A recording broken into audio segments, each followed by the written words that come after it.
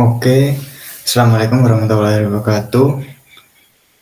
Perkenalkan, saya Guntur Aji Pratama dengan NPM 2008-2010-045 dari Paralel B Sistem Informasi UPN Veteran Jawa Timur. Di sini saya akan mempresentasikan terkait dengan materi Resource Allocation Algorithm. Oke, pertama saya akan jelaskan terlebih dahulu terkait dengan roadmap atau pokok-pokok bahasan apa yang akan kita pelajari ke depannya, yaitu yang pertama tentang pengertian, lalu yang kedua yaitu cara kerja, dan yang ketiga yaitu contoh kasus dari Resource Allocation Algorithm. Oke, apa itu Resource Allocation Algorithm?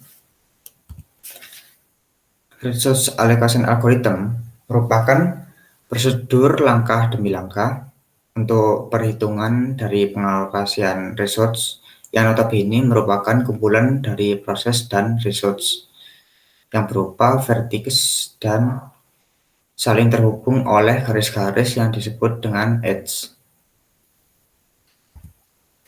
Nah, pada resource allocation algorithm itu kan juga terkait dengan resource allocation graph ya. Nah, komponen dari resource allocation graph itu sendiri kan ada vertex dan juga edge. Nah, vertex itu simpelnya merupakan sebuah entitas. Jadi kayak misalkan pada gambar ini kan ada proses ya. Jadi entitas proses itu dalam resource allocation graph itu disimbolkan dengan lingkaran yang di dalamnya itu ada tulisan PI atau I-nya itu melambangkan uh, misalkan 1, 2 gitu. Jadi P1, P2 atau bisa juga menjadi PA atau PB gitu. Nah, untuk yang resource-nya sendiri itu disimbolkan dengan gambar kotak. Jadi kayak misalkan kotak ini di ada dari keterangan tambahan gitu ya, misalkan kayak R1, R2 ataupun RA atau RB, sama seperti PA, PB tadi. Cuma bedanya di sini tulisannya itu R kalau yang resource, kalau yang proses itu tulisannya P. Dan juga untuk bentuknya sendiri atau gambarnya itu kalau resource itu kotak, kalau yang proses itu lingkaran. Itu yang vertex. Untuk yang edge itu simpelnya itu merupakan gambaran dari proses. Jadi kayak dia itu disimbolkan dengan garis gitu ya, panah. Jadi dia itu kayak panah yang menghubungkan antara resource ke proses dan juga sebaliknya. Nah, untuk di sini di edge ini ada dua kategori ya, dua kategori panah. Jadi untuk panah yang pertama itu yaitu dari mulai menghubungkan R atau resource ke proses itu disebut dengan assign edge. Sedangkan untuk yang menghubungkan dari P atau proses ke resource itu disebut dengan request edge. Seperti itu. Oke, di sini ada juga contoh dari single instance dan juga double instance dalam resource allocation algorithm. Jadi untuk yang pertama itu gambar single instance ya. Itu kenapa kok disebut dengan single instance? Karena dia pada setiap resource-nya itu hanya bekerja atau berhubungan dengan satu proses saja. Nah, pada di sini kan ada gambar R2 berhubungan ke P2. Nah, di sini kenapa kok juga ada panah P3 yang berhubungan pada R2? Itu dia itu kayak belum berhubungan secara real ya, tapi dia itu menunggu pada proses P2 itu untuk selesai terlebih dahulu, baru setelah selesai kan resource R2-nya itu kan kembali utuh ya, resource-nya itu baru digunakan oleh P3 seperti itu. Itu untuk yang single instance. Nah, untuk yang double instance itu bedanya dengan single instance yaitu di dalam resource itu ada lebih dari satu resource gitu. Jadi misalkan untuk yang P1 berhubungan dengan R1. Nah, itu dia connect pada satu resource ya, resource yang ada di dalam R1. Dan sedangkan resource yang satunya lagi yang ada di dalam R1 itu berhubungan dengan P2. Seperti itu. Itu untuk sedikit penjelasan tentang single instance dan juga double instance. Oke, nah bagaimana sih cara kerja dari resource allocation algorithm sendiri?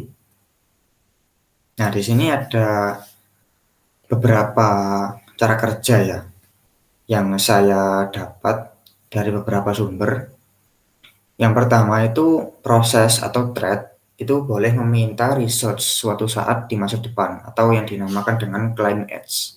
Seperti yang sudah saya jelaskan di slide sebelumnya, proses itu boleh meminta resource. Jadi koneksinya itu mulai dari proses ke resource berarti ya. Tapi dia belum menggunakan resource yang ada dalam yang diminta itu secara real. Karena proses resource itu sendiri masih digunakan oleh proses yang lainnya seperti itu. Nah, jika dia masih hanya sekedar memesan resource itu disebut dengan claim edge. Nah, itu untuk yang pertama ya. Untuk yang kedua, pada saat dibutuhkan claim edge dikonversikan menjadi request edge.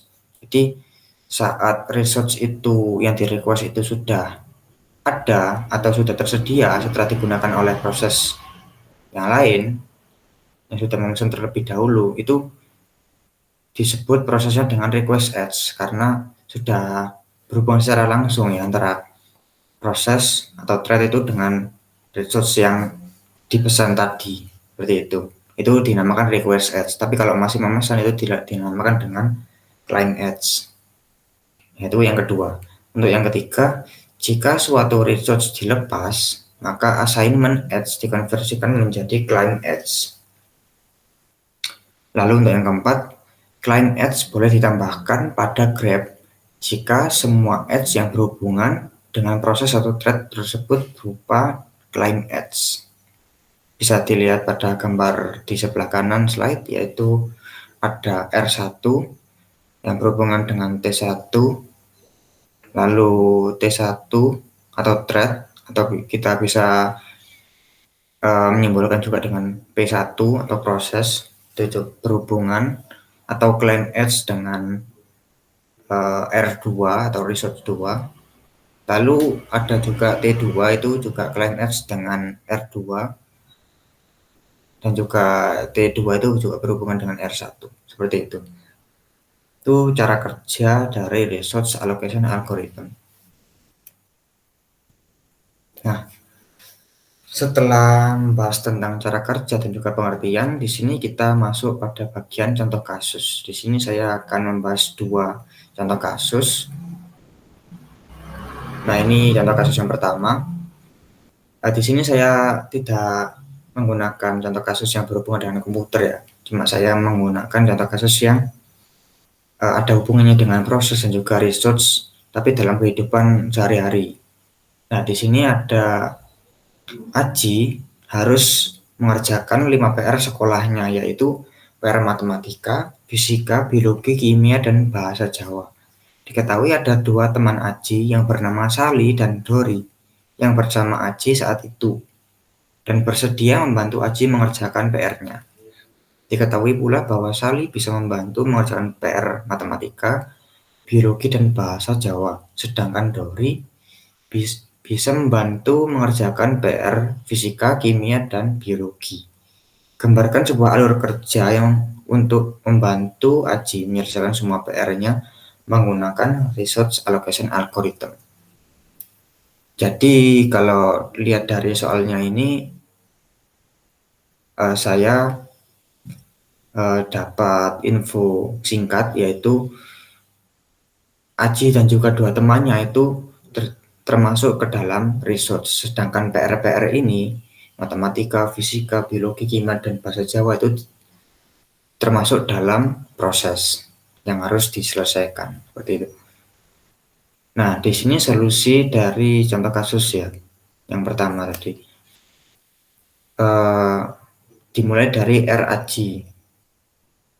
Nah, di sini Aji ini mengerjakan dua proses ya. Jadi yang pertama itu mat atau P matematika, yang kedua itu P kim atau P proses kimia atau proses mengerjakan PR kimia, seperti itu.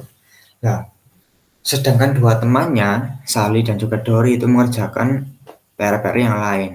Selain juga ikut membantu daripada PR-PR yang dikerjakan oleh Aji tadi. Nah, di sini Sally itu memiliki dua research, dia itu mengerjakan P bahasa Jawa atau PJA. Yang kedua itu dia mengerjakan P biologi. Sedangkan Dori itu mengerjakan P fisika atau proses fisika dan juga P kim atau proses kimia, seperti itu. Nah, di sini adalah contoh kasus yang kedua. Tertulis bahwa Aji harus mengerjakan 7 PR sekolahnya. Tadi kan 5 ya, sekarang jadi 7. Lebih banyak lagi. Yaitu PR matematika, fisika, biologi, kimia, bahasa Jawa, bahasa Indonesia, dan juga bahasa Jerman. Diketahui ada 3 teman Aji yang bernama Soli, Lori, dan juga Dori yang bersama Aji saat itu dan bersedia membantu Aji mengerjakan PR-nya. Diketahui pula bahwa Sali bisa mengerjakan PR matematika, biologi, bahasa Jerman, dan bahasa Jawa. Lori bisa membantu mengerjakan bahasa Indonesia, bahasa Jerman. Sedangkan Dori bisa membantu mengerjakan PR fisika, kimia, dan juga biologi. Gambarkan sebuah alur kerja untuk membantu Aji menyelesaikan semua PR-nya menggunakan resource allocation algorithm.